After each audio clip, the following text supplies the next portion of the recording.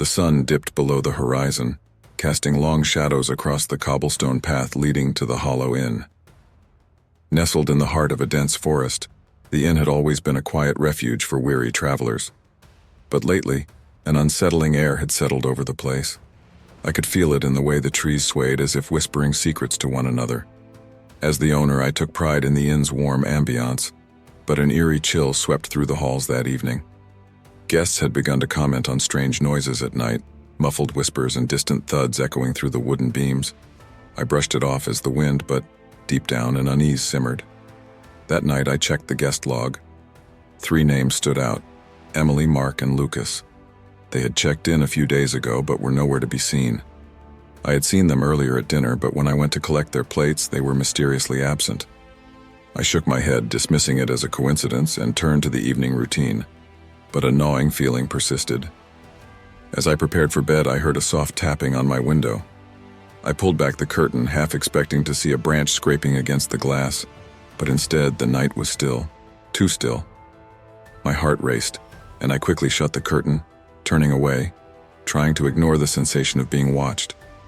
But as I lay down, sleep evaded me, and I couldn't shake the feeling that something was lurking just beyond the walls of the inn. Tomorrow, I vowed to find out what had happened to my guests. Little did I know, my search would uncover a darkness that had long been buried, waiting for someone to awaken it.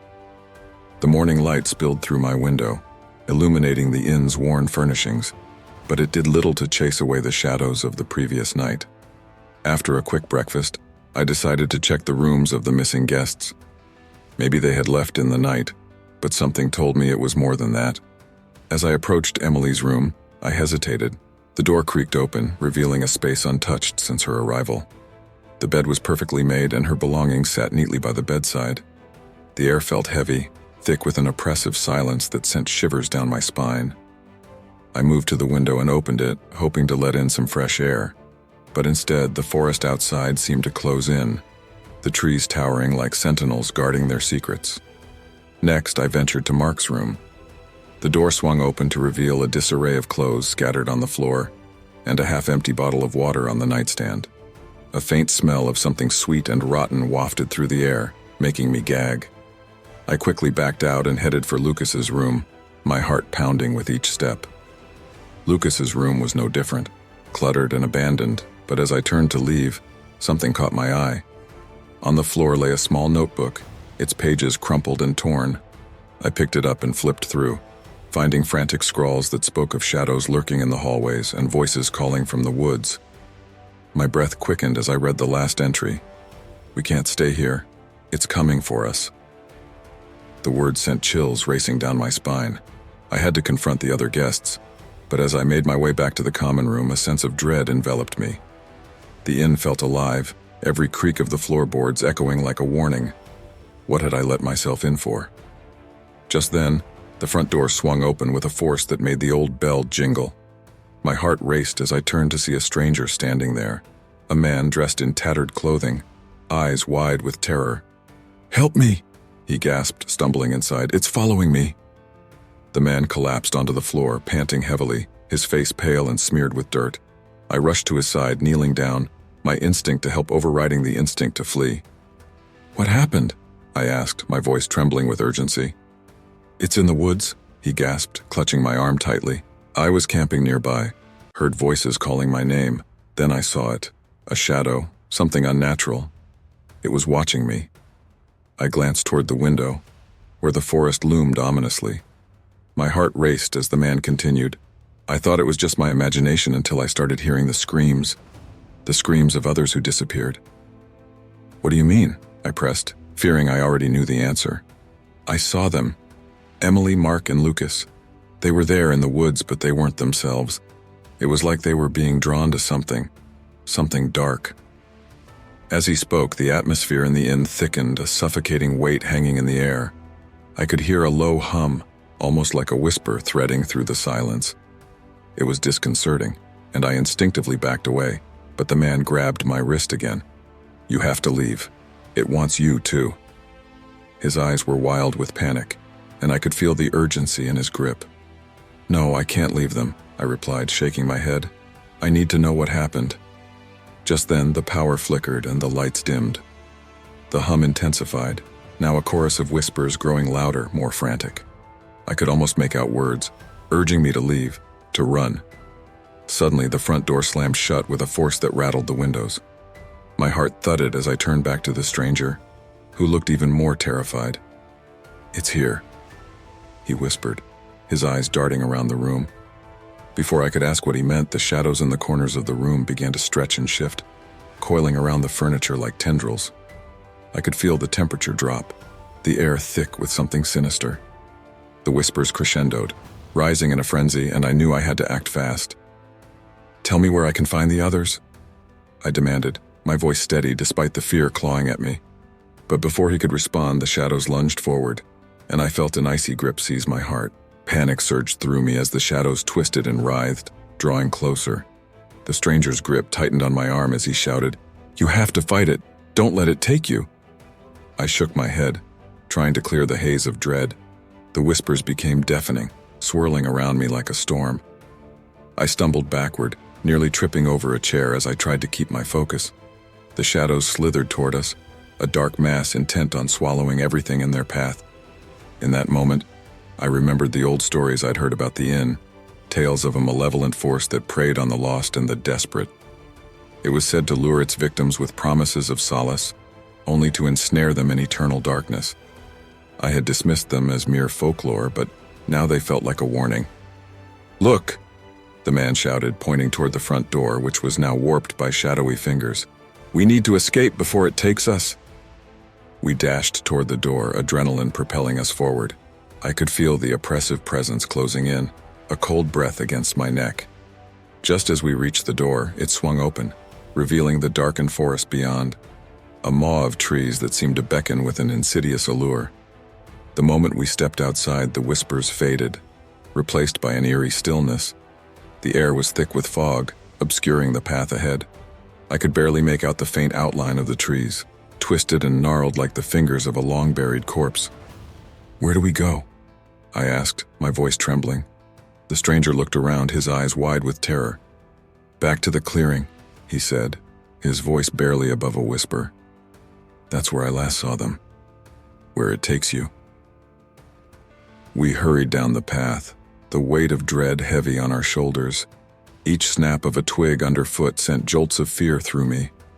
The forest was alive with shadows that danced just out of sight, and every so often I felt the unmistakable sensation of being watched. As we neared the clearing, I noticed something flickering in the distance, a faint ethereal light that pulsed like a heartbeat. My heart raced. "What is that?" I asked, instinctively moving closer. The stranger hesitated, a look of fear crossing his face. "It's the beacon," he said, "but it's not a safe place. If we get too close, we might not come back." But I couldn't stop myself. I felt an irresistible pull toward the light, as if it was calling to me, promising answers I desperately sought. Ignoring the stranger's warnings, I stepped forward, the world around me fading into a blur of shadows and whispers. As I approached the light, a figure emerged from the darkness, a silhouette I recognized, though the face was obscured by the haze. My heart sank. "Emily?" I called, fear creeping into my voice. But she didn't respond. Instead, she turned and started walking deeper into the woods, beckoning me with an unsettling grace. And with every step I took, the shadows surged, hungry and relentless. "Emily!" I shouted, but my voice seemed swallowed by the forest. The light flickered, drawing me closer while the shadows twisted around me like wraiths. Each step I took felt heavy, as if the ground beneath me was trying to hold me back. The figure ahead paused, turning just enough for me to catch a glimpse of her face. There was something wrong, a hollow emptiness in her eyes that sent chills down my spine. "You shouldn't be here," she murmured, her voice barely audible over the rustling leaves. I hesitated, torn between fear and the instinct to reach out. "What happened to you? Where are Mark and Lucas?" I pressed, desperate for answers. She smiled, but it was devoid of warmth. "They're lost, just like you." Then, with a sudden urgency, she turned and beckoned again, her movements fluid and unnatural. The shadows seemed to pulse in response, eager to envelop me. The stranger, now close behind me, whispered, "Don't follow her, it's a trap." His voice broke through the fog of my confusion, and I felt a surge of clarity. But my body moved against my will, drawn to Emily's figure as if I were caught in an invisible web. I glanced back at the stranger who was rooted in place, a look of desperation etched across his face. "Fight it," he yelled, but the words felt distant as I moved forward, each step echoing in the silence. The forest around me shifted, shadows merging with the trees, forming dark figures that watched with hungry eyes. I felt their gaze prickling against my skin, and a chill raced through me. The whispers grew louder, a cacophony of voices calling my name, urging me to surrender. As I stepped into the clearing, the ethereal light intensified, bathing everything in a ghostly glow. I could see now that the ground was littered with remnants of the past, broken furniture, tattered clothing, and even a cracked mirror that reflected distorted images of the woods behind me. In the center of the clearing, the light flickered, revealing a twisted dark shape hovering just above the ground. It pulsed rhythmically, as if alive, and I could feel a presence emanating from it, warm yet suffocating. "Join us," Emily's voice echoed, now layered with something sinister. "We can be free together." Just then, the stranger lunged forward, breaking through the haze. "No!" he shouted, grasping my arm tightly. "It's a lie, we have to fight it." The shadows around us writhed in anger, and the dark shape flickered dangerously, the whispers crescendoing into a scream that echoed through the trees. I felt the weight of their despair, and for a moment I could almost see the faces of those who had come before me, trapped in a never-ending cycle of fear. In that moment I realized I couldn't let the darkness win.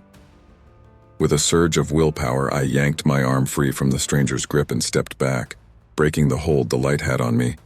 The shadows recoiled, howling in frustration. "Let's get out of here," I shouted, racing back toward the path, the whispers fading behind me. The forest felt alive, and the shadows thrashed angrily as we fled, but we were no longer their prey. The weight of despair lifted slightly with each step away from the clearing.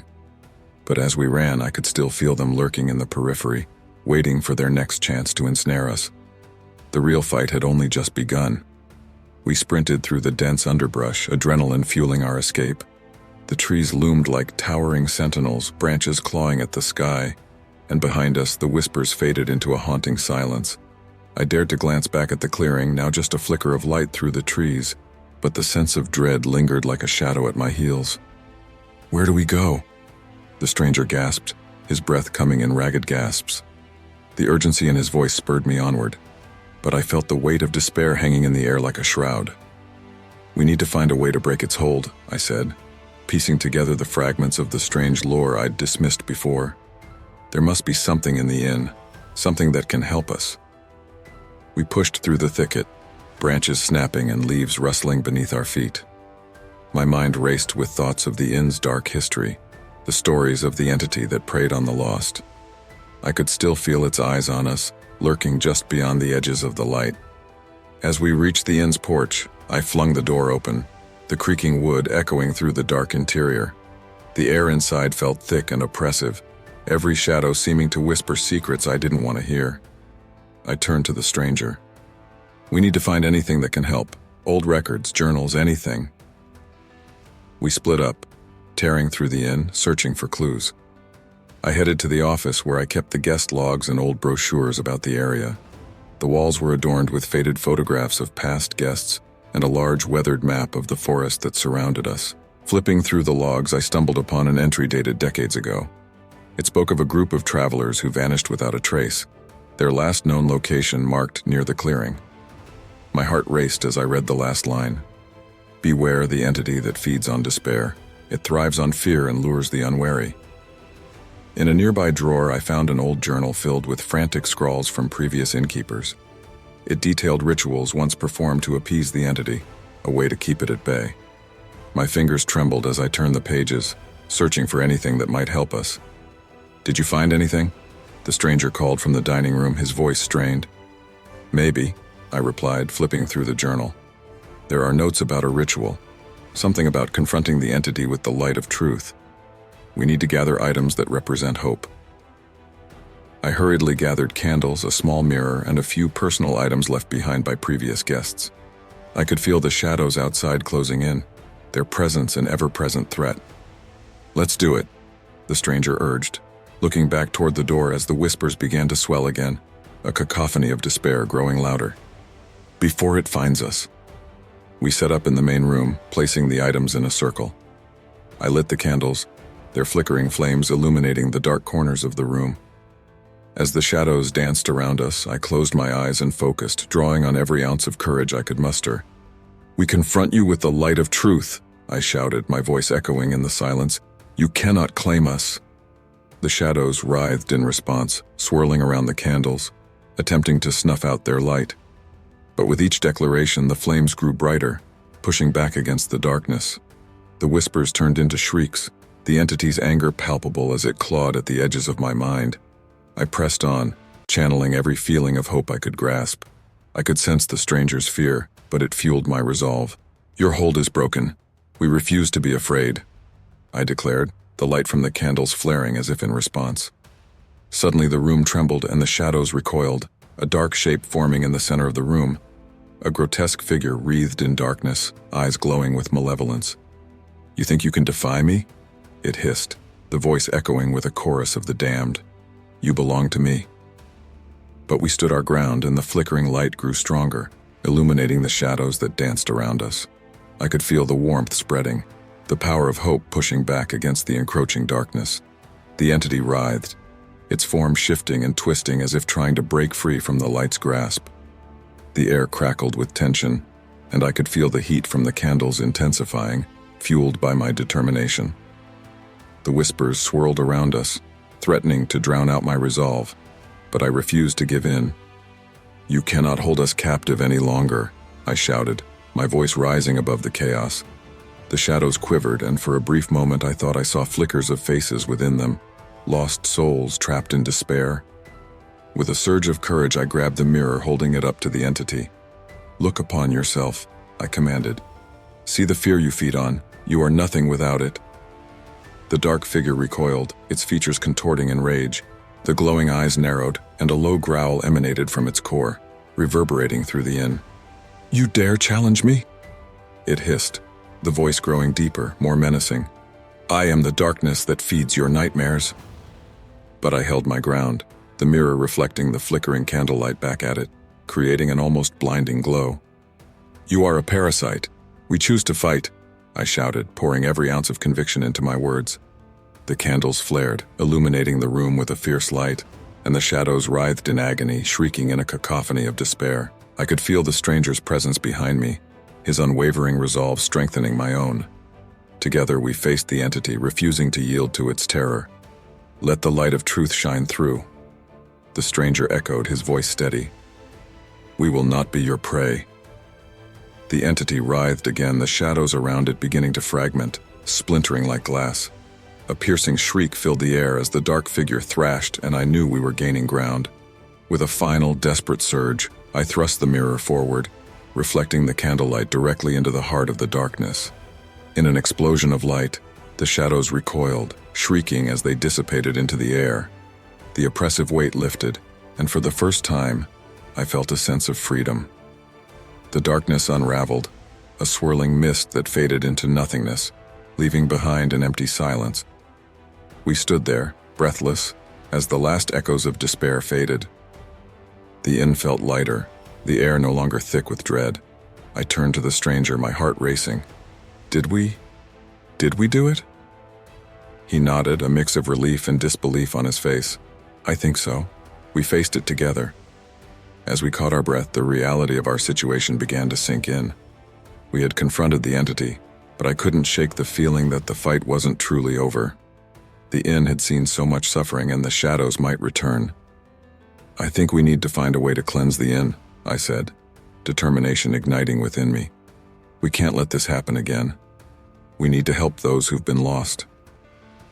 The stranger agreed, and together we began to search through the old journal, seeking ways to protect the inn and honor the memories of those who had vanished.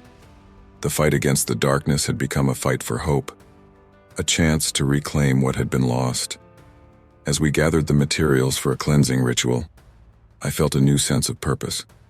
The shadows may linger, but we would stand vigilant, ready to protect what remained. The inn, once a place of despair, could become a beacon of hope, a sanctuary for those who needed it most. With the candles still flickering around us, I spread the pages of the old journal across the worn wooden table. The remnants of the past whispered through the air, urging us forward.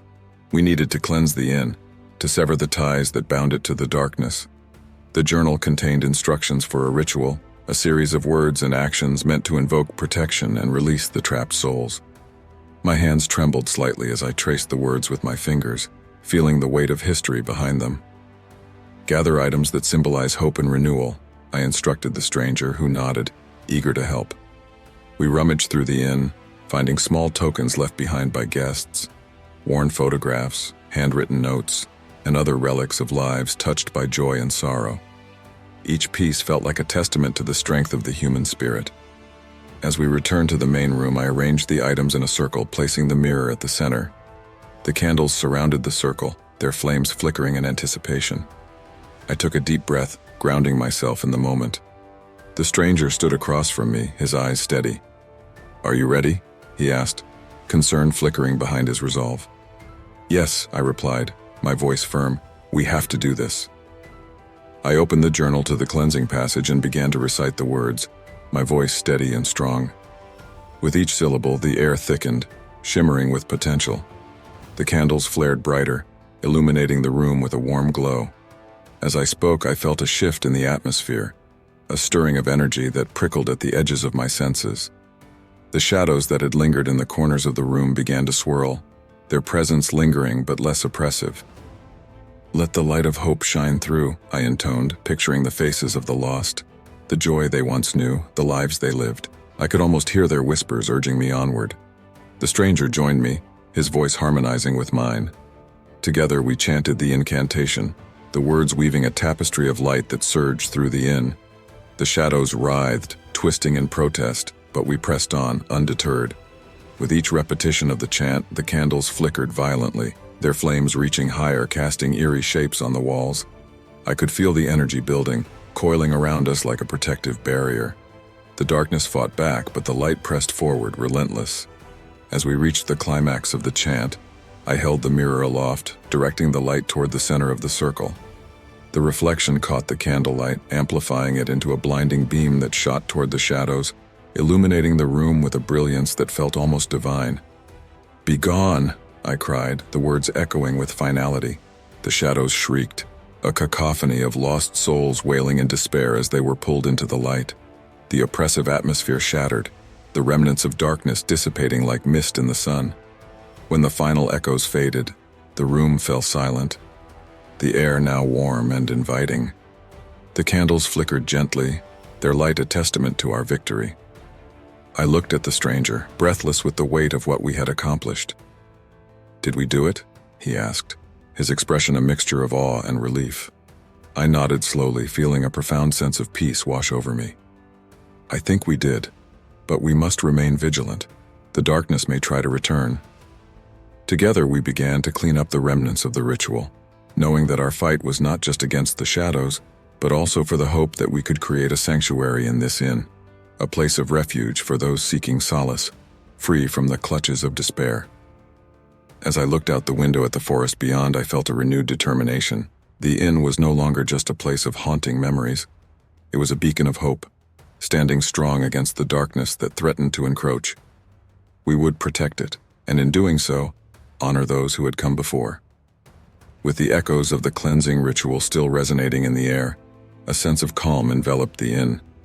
The oppressive shadows that once lingered in the corners seemed to have retreated, leaving behind an atmosphere rich with possibility. The stranger and I sat on the old porch watching the forest bathed in the soft light of dawn. The sun pierced through the trees, casting golden rays that danced across the ground, illuminating the path forward. "I never believed I'd be part of something like this," the stranger said, his voice tinged with wonder. "I thought the inn was just an old building with stories, haunted tales we shared over drinks. I didn't realize how real it all was." "It's easy to dismiss the past," I replied, feeling the weight of history settle around us. "But every place carries its memories, its spirits. We've given them a chance to find peace."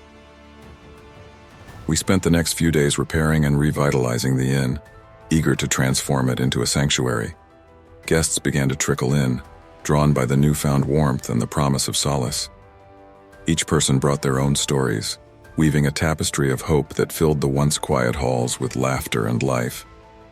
One evening, as the sun dipped below the horizon, I found myself reflecting on the journey we'd taken. I ventured to the clearing where we had confronted the darkness, feeling compelled to honor the lost souls. With a small lantern in hand, I set it in the center of the clearing, its soft glow flickering like a heartbeat in the night. "May you find peace," I whispered into the stillness. The lantern's light felt like a small but significant offering, a beacon for those who had wandered too close to the shadows. As I returned to the inn, I felt a change in the air. It was as if the very walls breathed a sigh of relief, and the shadows, once thick with despair, now retreated into the depths of the forest. We had stood our ground, and in doing so, we had created a safe harbor against the darkness. The stranger, now a friend, helped me organize community events at the inn, from storytelling nights to nature walks in the surrounding woods. Together, we forged connections with the local community, creating a network of support that extended beyond the inn's walls. As time passed, the stories of the inn transformed. No longer merely whispered legends of lost souls, they became tales of resilience, of fighting back against despair. The inn stood not just as a refuge for the weary traveler, but as a symbol of hope, reminding everyone that even in the darkest times, there is light to be found.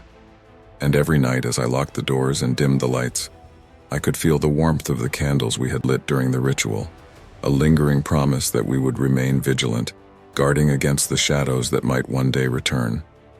The inn had become a place of new beginnings, and I was grateful to be part of its story, a story of hope, courage, and the enduring power of light. Weeks turned into months, and the inn flourished under the new spirit of hope. Guests arrived with stories to share, laughter filling the once somber halls. Yet, despite the vibrant energy, I often found myself haunted by the lingering whispers of the past. One stormy night, as rain lashed against the windows, I decided to delve deeper into the inn's history. I rummaged through the attic, a dusty space filled with forgotten relics. Old trunks, faded photographs, and ancient journals lay scattered, remnants of lives intertwined with the inn's dark legacy. As I sifted through the items, I uncovered an old ledger, its pages yellowed with age. It chronicled the inn's earliest days, detailing the arrival of weary travelers, each with their own hopes and fears. But one entry caught my eye, a description of a mysterious disappearance that mirrored the tales of lost souls we had encountered. It spoke of a group of friends who had ventured into the woods, never to return. The entry was laced with a sense of foreboding, warning of a darkness that hung over the land, a darkness that had claimed those who ventured too close to the clearing. I felt a chill run down my spine as I read the words. Had we truly severed the ties to the past, or had we merely postponed the inevitable? The shadows could very well be waiting for another moment of vulnerability. The storm intensified, lightning illuminating the attic's dim corners, casting long shadows that danced menacingly. Suddenly, a soft voice broke the silence, a whisper carried on the wind. "Help us." I froze, heart racing. The voice felt familiar, echoing the pleas I had heard during our confrontation with the entity. "Is anyone there?" I called out, straining to listen. The attic was silent once more, but the feeling of being watched hung heavy in the air. I turned to leave, determined to dismiss the sensation as remnants of fear, but as I descended the stairs, I could feel a presence trailing behind me, subtle yet insistent. In the main room, I found the stranger, now a steadfast friend, sitting by the fire. "You look like you've seen a ghost," he said with a half-smile, concern flickering in his eyes. "I think the past is trying to reach out to us," I confessed, recounting the voice I had heard. "The stories, they linger, and I can't shake the feeling that we need to confront them." He nodded thoughtfully. "Perhaps we need to honor those who were lost, acknowledge their pain. Maybe that's how we fully cleanse the inn, by bringing their stories into the light." That night, we decided to hold a gathering, inviting our guests to share their own tales, both of joy and sorrow. We would create a space for healing, a way to honor the past while looking toward the future. As the night unfolded, guests shared stories of love, loss, and resilience, The warmth of the fire flickered against the walls, and laughter mingled with tears, creating a tapestry of emotions that filled the inn. When it was my turn, I recounted the history of the inn, the dark tales, the confrontations with the shadows, and our quest to reclaim hope. The room fell silent, everyone listening intently. By sharing these stories, we honor those who came before us, I concluded. Their memories are part of this place, and by acknowledging them, we keep the darkness at bay.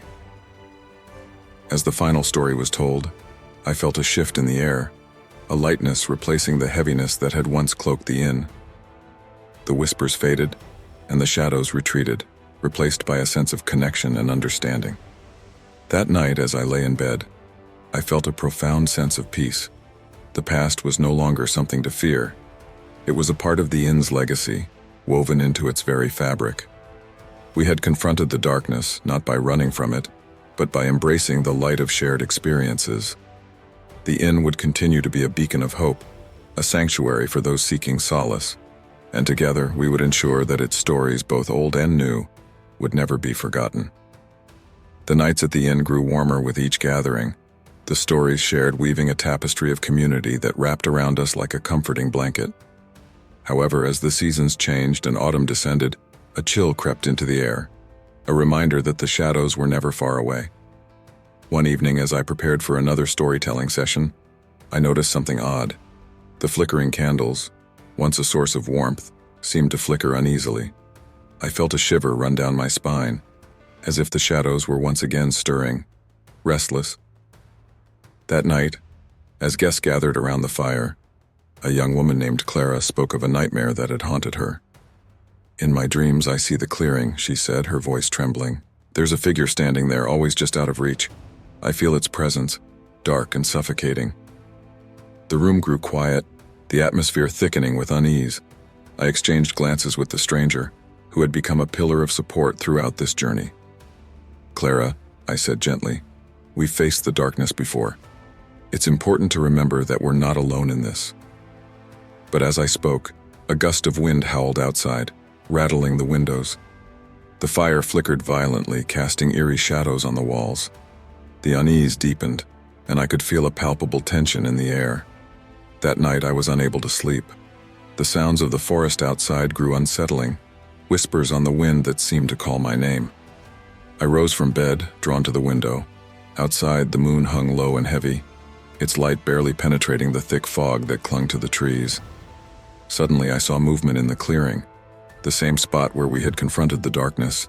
Shadows twisted and morphed, coiling around a figure cloaked in darkness. Heart pounding, I grabbed my jacket and headed outside, feeling the weight of something ancient and malevolent watching me. As I approached the clearing, the figure materialized, a silhouette shrouded in shadow. I took a step back, recognizing the dark presence that had once tormented us. But this time, it felt different, more insidious, almost as if it had learned from our previous encounter. "Why do you return?" I demanded, my voice steady despite the fear clawing at me. "You have no power here." The figure laughed, a sound that echoed with a sinister mockery. "You think you've banished me? I am the darkness that thrives on fear. I will return, again and again, until you are consumed." With that, the figure dissolved into a mass of shadows, retreating into the forest, leaving behind a lingering sense of dread. I rushed back to the inn, urgency driving me. "Something is coming," I told the stranger, breathless as I recounted my encounter. "It's not over. We need to prepare." Together, we began to strategize. We gathered the guests, explaining the situation and the need to stay vigilant. "We faced the darkness before," I reminded them, "but this time we need to stand together even stronger." As the nights grew longer and darker, we fortified our defenses. We held more gatherings, sharing stories not just of hope, but of courage in the face of fear. Each tale, each shared experience felt like a thread weaving a protective fabric around us. But the threat loomed larger, shadows moving closer, their whispers becoming a constant undercurrent. I could feel the weight of the darkness growing, a pressure that threatened to suffocate. We needed to confront the entity once and for all, to face it not just with hope, but with the collective strength of our community. The battle was not just for the inn, but for every lost soul that had come before us, and for those yet to arrive. As the first frost began to settle over the landscape, I resolved to gather the community one last time, to prepare for the confrontation that would determine the fate of the inn and the shadows that threatened to reclaim it. Together, we would shine brighter than the darkness that sought to consume us.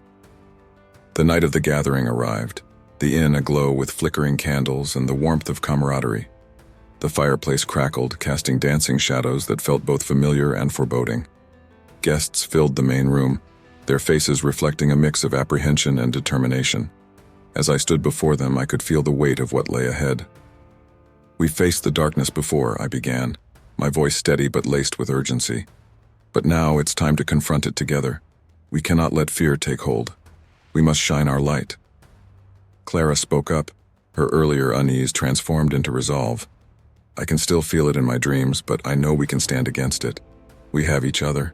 The room buzzed with murmurs of agreement, a wave of collective strength building as stories of courage and resilience were shared.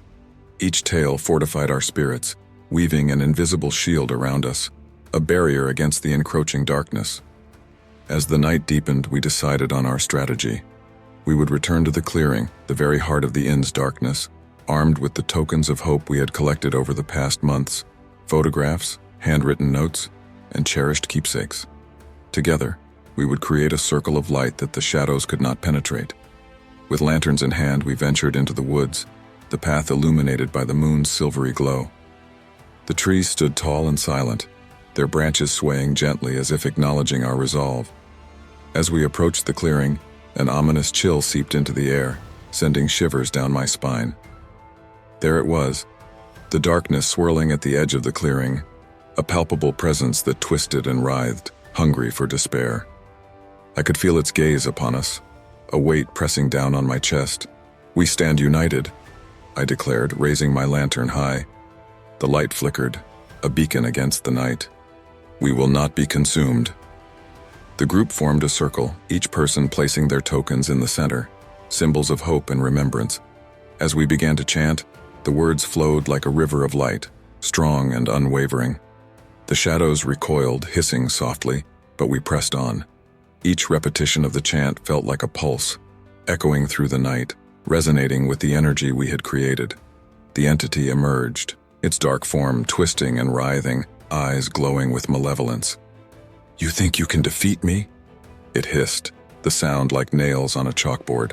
"I thrive on your fear, your doubt." But we held our ground, the lanterns illuminating the clearing with a fierce brightness. "You feed on despair, but we choose hope," Clara shouted, her voice rising above the chaos. "We will not let you win." As our voices rose in unison, the circle of light expanded, pushing back against the shadows. The air crackled with energy, the very fabric of reality seeming to shimmer. With a final surge of strength, we focused our collective energy, directing it toward the heart of the darkness. The shadows screamed, a cacophony of anguish and rage as the light pierced through their defenses. In that moment, everything felt suspended in time, the light growing ever brighter, the shadows twisting in a desperate dance. And then, with an explosion of brilliance, the darkness shattered, scattering like ashes in the wind. As the last echoes faded, a profound silence enveloped the clearing. The weight of dread lifted, replaced by an overwhelming sense of relief and victory. We had faced the darkness together and emerged unscathed. Returning to the inn, the atmosphere felt lighter, the shadows that had once haunted us now but a memory. We gathered in the main room, celebrating our triumph with laughter and shared stories, a renewed sense of hope enveloping us. Yet as I settled down for the night, I felt a flicker of uncertainty. While we had triumphed this time, I knew the shadows were cunning, always lurking, always waiting. But for now, the inn stood as a beacon of light, a testament to the power of unity, resilience, and the enduring strength of hope. In the days following our confrontation with the darkness, the inn flourished more than ever. Guests arrived with lightness in their hearts, drawn by the tales of resilience that now surrounded the place. But amidst the warmth and joy, a subtle undercurrent of caution lingered, a reminder that the shadows, though defeated, were not entirely vanquished. One evening, while preparing for another storytelling session, I found Clara sitting by the fire, a thoughtful expression on her face. "I've been thinking about what happened," she said, her voice soft yet resolute. The darkness is clever. What if it finds another way in? Her words sent a shiver down my spine, echoing the very fears I'd kept at bay. We've built something strong here, I replied, attempting to infuse my voice with conviction. But we need to stay vigilant. We can't afford to let our guard down. We decided to create a system of support, a way for our community to remain connected and alert. We established regular gatherings not only for storytelling but also for discussions about the energy of the inn and the importance of community resilience. Each meeting felt like a shield, a collective promise to protect what we had built. One night, while we were deep in conversation, the lights flickered, momentarily dimming. A hush fell over the room, and I felt a familiar prickle of unease creep back in. Clara's eyes widened. "Did you feel that?" she whispered. The others nodded, the atmosphere thickening with tension. "It's as if something is testing our defenses," I murmured, recalling the whispers I had felt in the woods. Determined to confront whatever lingered, we decided to hold another gathering in the clearing. Under the open sky, surrounded by ancient trees, we would reaffirm our bond and our commitment to hope. As we stood in the clearing, lanterns glowing softly, I could feel the energy in the air shift. We formed a circle once more, holding hands, our collective strength radiating outward. I spoke the words of affirmation, urging everyone to channel their hopes into the night. "Together, we stand against the shadows," I declared, the light from our lanterns illuminating the clearing. "We are the guardians of this place, and we will not let fear take hold." As we chanted, I felt a ripple of energy pulse through the ground, resonating with the strength of our shared resolve. The air crackled, vibrant and alive, pushing back against the darkness that had once sought to consume us. Then, from the edge of the clearing, I saw a flicker of movement, shadows creeping forward, testing the boundaries of our light. I felt a rush of adrenaline. "Stand strong," I called out, our voices rising in unison, weaving a barrier of light that shimmered in the darkness. As the shadows neared, I could hear the whispers, soft and insidious, probing at our fears. "You cannot hold me back forever," a voice hissed from within the darkness. "I will always find a way." But we held our ground, pushing back with the energy we had cultivated together. With each chant, the shadows recoiled, their forms splintering against the light. We had learned from our past encounters. The darkness thrived on fear, but united, we were unbreakable. With a final surge of collective will, we directed our energy toward the heart of the darkness, channeling our hopes, memories, and the strength of our community. The shadows shrieked, twisting and writhing before erupting into a cascade of shimmering light, dissipating into the night. As calm returned to the clearing, a sense of profound relief washed over us. The shadows had retreated again, but we understood that the struggle would continue. With every gathering, every shared story, we fortified our defenses, creating a tapestry of light woven from our collective spirit. Returning to the inn, I felt a renewed sense of purpose. The fight against the darkness would always be a part of us, but it would not define us. Together, we had forged something beautiful, a sanctuary, a community, a beacon of hope. And as I settled in for the night, I knew that while the shadows might return, we were ready. We would face whatever came our way, standing united against the darkness, with hope lighting our path forward. As the weeks rolled on, the nights grew colder, and the forest whispered secrets that danced through the air like autumn leaves. The inn was alive with laughter and light, but beneath the surface I felt an unease that clung to my heart like a shadow refusing to fade. One evening, while preparing for another gathering, Clara approached me, her brow furrowed in concern. "I've been having those dreams again," she admitted quietly. "But this time they're different. The figure isn't just haunting me, it's growing stronger." The weight of her words settled heavily in my chest. "What do you mean?" I asked, fear creeping into my voice. "The presence, it feels more defined, more powerful. I think it's trying to communicate," she said, her eyes wide with a mix of fear and determination. "We need to figure out what it wants before it's too late." That night, we gathered once more in the clearing, fueled by a sense of urgency. The lanterns flickered softly as we formed our circle, the air thick with anticipation. I could sense the darkness lurking just beyond the edge, as if it were waiting for our moment of vulnerability. As we stood together, I encouraged everyone to share their experiences. One by one, guests spoke of their own encounters. Strange whispers, fleeting shadows, feelings of dread that crept into their dreams. It was clear that the darkness was testing us, probing for weaknesses, searching for a way to break through. "We need to confront this head-on," I said, my voice steady. "If it's trying to communicate, we must listen. Perhaps understanding what it wants will give us the key to keeping it at bay." With Clara leading the way, we decided to hold a meditation session, a way to delve deeper into our collective consciousness. As we closed our eyes and centered ourselves, I felt a wave of energy pooling in the center of our circle, a vibrant current of hope and light.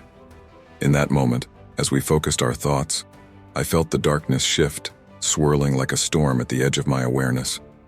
I braced myself, urging everyone to remain calm, to hold on to the light we had created together. As we reached the depths of our meditation, Clara suddenly gasped. "I see it," she breathed, her voice trembling. It's not just a dark figure, it's a manifestation of fear itself, a reflection of our doubts and despair." The realization struck me like lightning. The darkness we had faced was not an external force but a part of us, an embodiment of our collective fears, magnified by the very stories we shared. It thrived on our anxieties, feeding off the shadows lurking within our hearts. In that moment of understanding, I felt a shift. If we can confront our fears, if we can embrace them instead of running away, I began, hope igniting within me, then perhaps we can transform this darkness into something that no longer harms us. We took a deep breath together, focusing on our fears and doubts, acknowledging them without judgment. I urged everyone to visualize the darkness not as an enemy, but as a part of our journey, an opportunity for growth, understanding, and ultimately, healing. As we shared our fears, the energy shifted again, the shadows seeming to recede as we embraced the light of our collective hope. The lanterns flickered, casting a warm glow around us as we transformed our fears into courage, allowing the darkness to dissolve into understanding. As the meditation ended, I opened my eyes to find the clearing bathed in a soft light, the presence of the shadows feeling lighter, less oppressive. The darkness had not been defeated, but rather transformed, a reminder that we must confront our fears, acknowledge them, and allow them to be part of our journey toward healing. As we returned to the inn, I felt a profound sense of peace settle over us. We had turned the tide, not just against the shadows that haunted us, but also against the doubts and fears that dwelled within. Together we had forged a path forward, a path illuminated by the light of hope, resilience, and unity. And in the quiet moments that followed, I realized that while the darkness may linger, it would no longer have the power to consume us. We had become the guardians of our own light, ready to face whatever came next, together. As winter crept in, the inn stood resolute against the chill. The nights were long, but the warmth of community wrapped around us like a comforting embrace. The gatherings continued, stories flowing like a river, each one reinforcing our collective strength. One snowy evening, as the fire crackled in the hearth, I reflected on the journey we had taken. The darkness that once loomed over us had transformed, not into an enemy, but into a teacher, reminding us of the importance of confronting our fears and embracing the light within. That night, Clara approached me with an idea. "What if we document our experiences?" she suggested. Each story shared, each fear faced could be woven into a book, a testament to our journey, a guide for others who may face similar darkness. The thought ignited a spark within me. Yes, we could create something beautiful, a collection of our stories, our triumphs over fear. It could inspire others and serve as a reminder that we are never alone in our struggles. We rallied the community, inviting everyone to contribute their stories, poems, and reflections. As the submissions poured in, I was amazed by the depth of courage and vulnerability that flowed from each page. The act of writing became a form of catharsis, a way to release lingering fears and illuminate the path forward. As we compiled the book, I felt a shift in the air, an electric energy that resonated with hope and renewal. We decided to hold a special gathering to celebrate the completion of our collective work, inviting guests from near and far. On the night of the launch, the inn was adorned with fairy lights, the atmosphere vibrant with anticipation. Guests filled the room, laughter and chatter mingling with the crackling of the fire. As we gathered in a circle, I felt a wave of gratitude wash over me. Clara took the stage first, reading a poignant story of her own journey through fear and the light that emerged on the other side. Each story shared was a thread woven into the tapestry of our experience, revealing not just the struggles, but the triumphs that emerged from the shadows. As the night unfolded, I felt a sense of unity stronger than ever. The darkness had become a distant memory, replaced by a shared understanding that fear could be transformed into strength. Finally, as the last story was told, I took a moment to address the crowd. This book is not just about our individual journeys. It's a celebration of community, resilience, and hope. We have faced darkness, but we have chosen to shine our light together. The room erupted in applause, and as I looked around, I could see the warmth and connection among everyone present.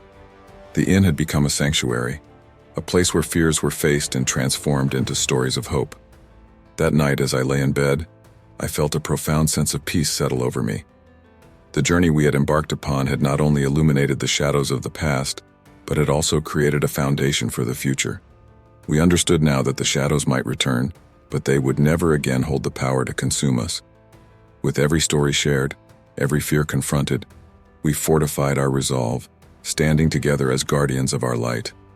As dawn broke, casting a golden glow over the inn, I knew we were ready for whatever lay ahead. Together, we had embraced the darkness and emerged stronger, united in our journey, a testament to the enduring power of hope, community, and the light that shines brightest in the face of fear.